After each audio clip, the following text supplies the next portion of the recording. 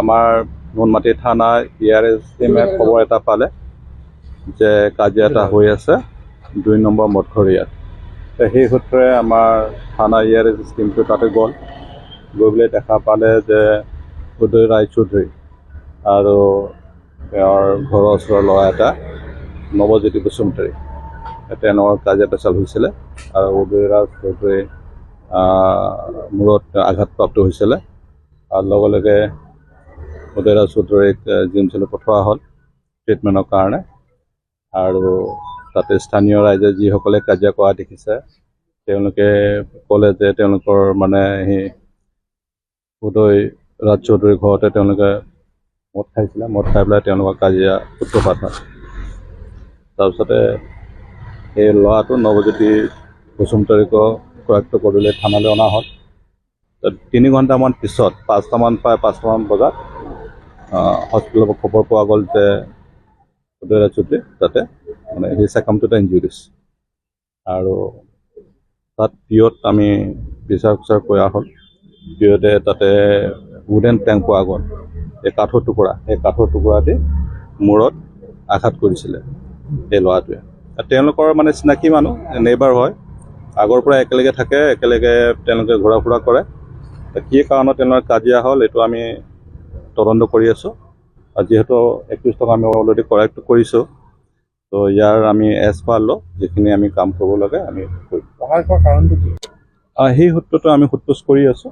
সোধ-পোছ কৰাৰ পিছতে আমি তদন্তত আমি যি পাওঁ তেনেকুৱা আমি এজ-পাৰ ল' আমি কাম কৰিম।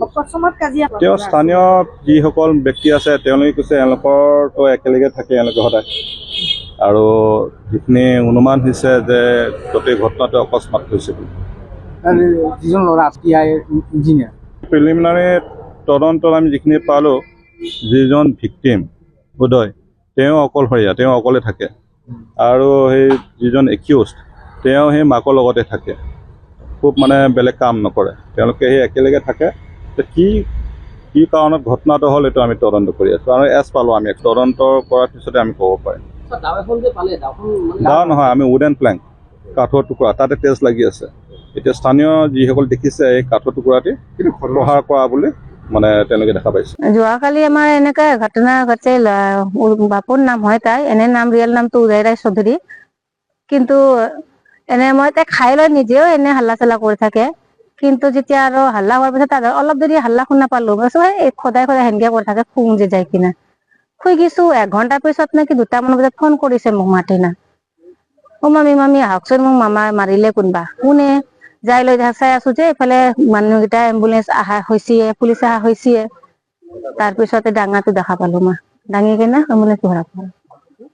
তেতিয়া মোৰ তাতে নাই, তাৰ চেপ দেখা পালো না, আহি কিনে 2বাৰ বমি কৰিলো।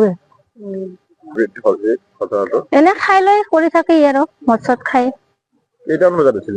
এইটো ঘটনাটো 2:30টাৰ ভিতৰত হৈছে। আৰক্ষীক কোনে খবৰ দিলে? মোক আৰক্ষীক, পুলিচক এই মাৰ্টিনা উদয় ৰায়চৌধুৰী মানে এনেকুৱা মাৰ্টিনা আছে, মেডিকেলত আছে ভৰ্তি। এতিয়া পষ্টমৰ্টম কৰিব নেকি, এতিয়া দিয়া নাই বৰ্তমান লাষ্টত। আৰু যিজন ল'ৰাই মাৰিছে তেওঁৰ ঘৰ ক'ত? এইটো মই নাজানো, সেইখিনিতে ওপৰত আছে, ওচৰতে থাকে। তাৰ নামটো মই ভালকে নাজানো, এনে ৰাজা ন, মই সেনেকে কৈ আছে।